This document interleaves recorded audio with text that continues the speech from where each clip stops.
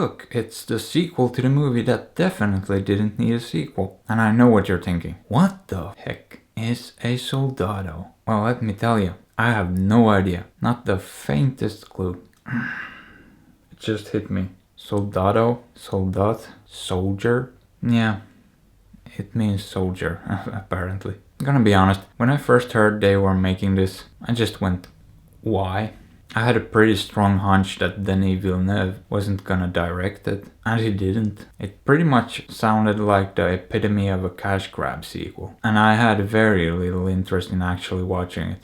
A, because I didn't exactly love the first movie. It was good, but I didn't love it. And B, because there was nothing about that movie that made me go, oh, this needs a sequel. It was its own self-contained thing. No further elaboration needed. Then I heard Emily Blunt wasn't coming back. More confirmation this was just a cash grab. But then I heard Benicio del Toro and Josh Brolin were back. And I thought, okay, well, maybe I'll end up watching it at some point. It could be decent. But then I realized that it was actually written by Taylor Sheridan. You know, the guy who wrote the first one. And maybe more importantly, the guy who wrote Hell or High Water and Wind River. Two of my favorites from the last few years. Really good movies. If you haven't seen them, what are you even doing? Go away. Come back later. No, I'm serious. Shoot.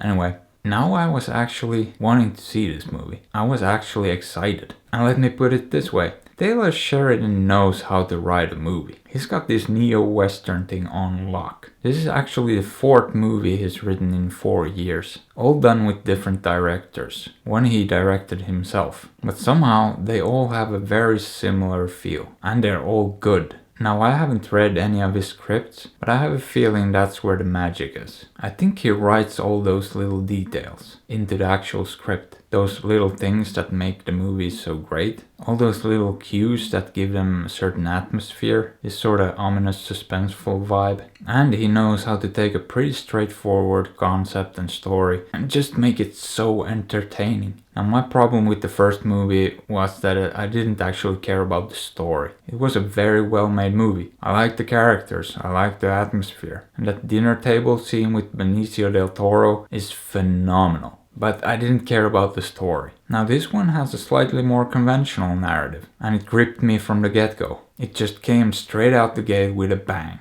Really good stuff. So it had me from the jump. The director Stefano Sollima I wasn't familiar with, and none of his previous stuff really looks all that good. But he did a great job too. He obviously watched the first movie and wanted to sort of emulate that style and keep the two movies consistent. But as I said, I also think a lot of it probably has to do with the script itself. So what's the premise? Well, without going into any kind of spoilers, it has to do with the US-Mexican border situation and the cartels. It's a bit of a different spin this time around, and I like that a lot. You get some new characters, some old ones, some fresh perspectives and angles on the whole situation. I thought it worked great. It's still just as intense as the first movie. It's got a similar score, this kind of booming but not overwhelming sound design. Sort of subtle, but not really. And it knows when to be quiet too. Now it's just over 2 hours and it did kinda start dragging a little bit near the end. It wasn't bad, but it stumbled a little bit.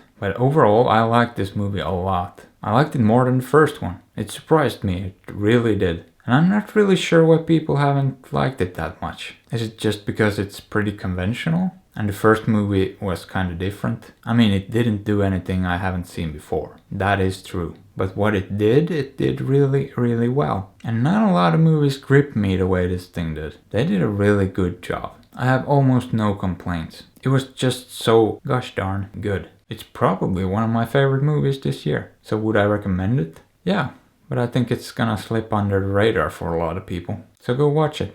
Or don't. I'm not your papa.